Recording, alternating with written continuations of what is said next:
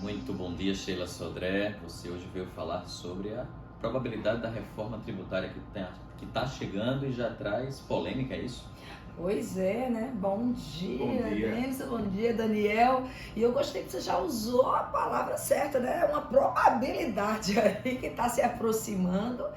E olha, desde o finalzinho do ano passado já se estava realmente sinalizando que o governo ia dar uma atenção maior à reforma tributária, que tão sonhada, tão falada, né? Até o início do ano passado, 2022, ainda no outro governo, houve uma apresentação das duas grandes PECs no Congresso, tá? Mas a coisa ficou ali realmente parada, o governo não andou em nada, o governo anterior, mas esse governo, antes de entrar, já sinalizava, e das grandes mentes de uma das PECs, que é a que a gente vai falar um pouco aqui, porque realmente não dá para falar das duas, que é a PEC 45, né? Então, essa PEC foi dentre outras pessoas, mas a Pi é uma pessoa muito importante, que ele realmente que criou essa PEC, que desenvolveu o imposto, esse imposto único.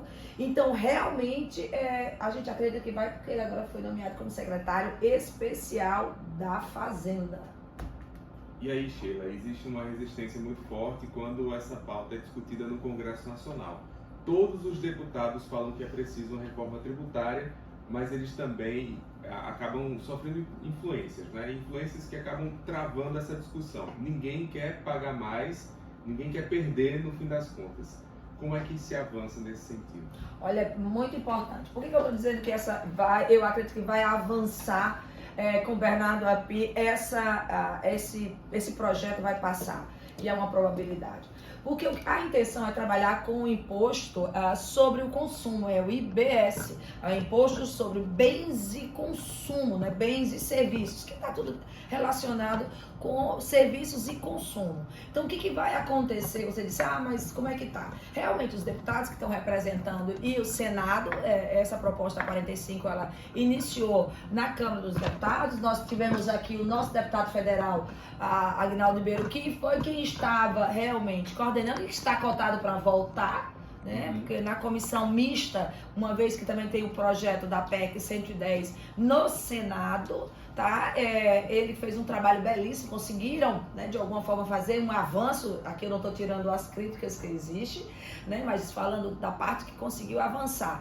Então, o que acontecia?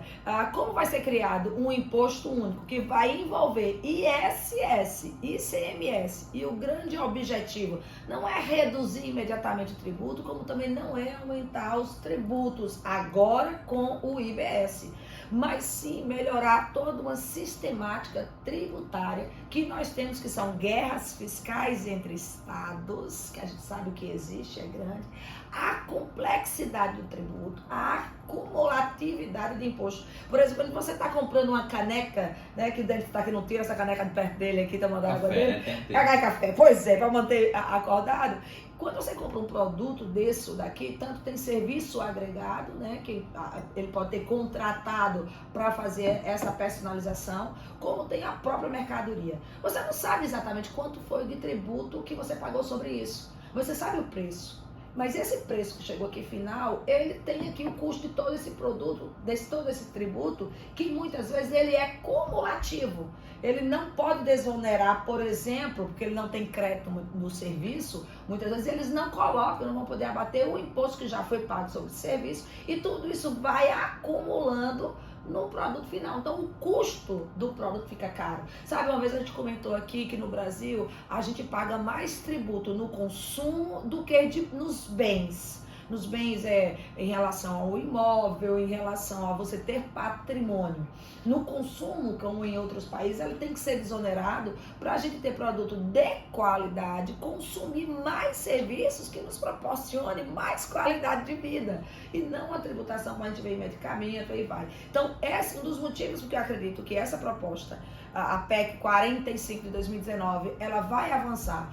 Primeiro, por conta de API, que já foi nomeado para a Secretaria Especial, Haddad já anunciou, foi um dos primeiros anúncios que ele fez antes de ser nomeado, de que essa seria a prioridade, que o governo ia dar essa atenção em cima dessa, olha bem, dessa reforma, que a gente está falando sobre um imposto de consumo, que vai alterar aí nos 10 anos, que é um processo de transição, toda essa questão tributária que a gente enfrenta. Então já tem gente com as fake news dizendo, o governo vai agora tributar, vai tributar, foi o que eu mais ouvi tem aí, vai tributar o nosso patrimônio em relação à herança. No Brasil vai deixar de ter herança, ninguém vai poder receber herança, porque o imposto vai ser altíssimo. Nem está se cogitando isso, não há uma PEC em avanço em relação a aumentar o valor em relação ao imposto de transmissão causa mortes, mas as polêmicas já estão pela falta de conhecimento sobre o que é que está sendo discutido. Sobre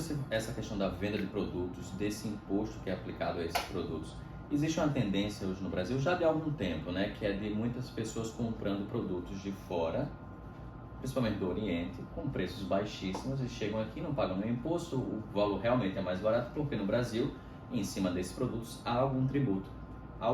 Na sua opinião, há alguma perspectiva de mudança em relação a isso no Brasil?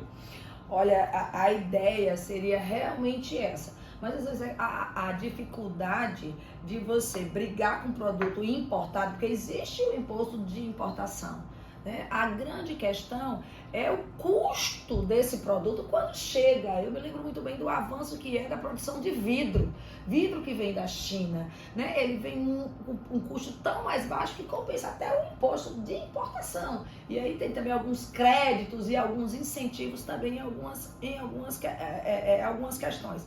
Quando se mexe com a produção, por exemplo, com o IBS, que você vai deixar de existir PIS, COFINS, olha bem a quantidade que vai se transformar no IBS, é PIS, COFINS, ISS, ISS, ICMS e IPI, são 5 que vão transformar e ainda, além de dar crédito desses valores que você pagar sobre esse tributo, ele não é cumulativo. A simplicidade não vai ter ST, não vai ter substituição tributária.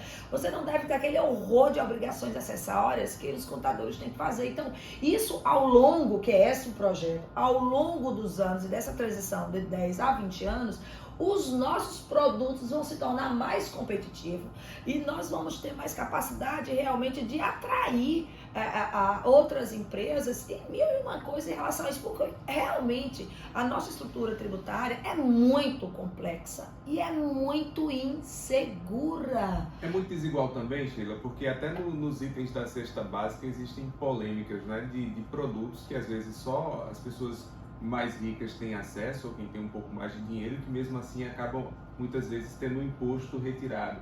Acaba incentivando a desigualdade social, né? Indiscutível, é um dos pontos em que essa reforma ela vai tratar e tentar colocar de forma mais igualitária isso. Porque realmente a cesta básica ela tem um incentivo, ela tem a cesta básica, feijão, arroz, né, o que está ali na cesta básica, ela tem um incentivo e algumas exonerações em relação ao ICMS, alguns outros tributos.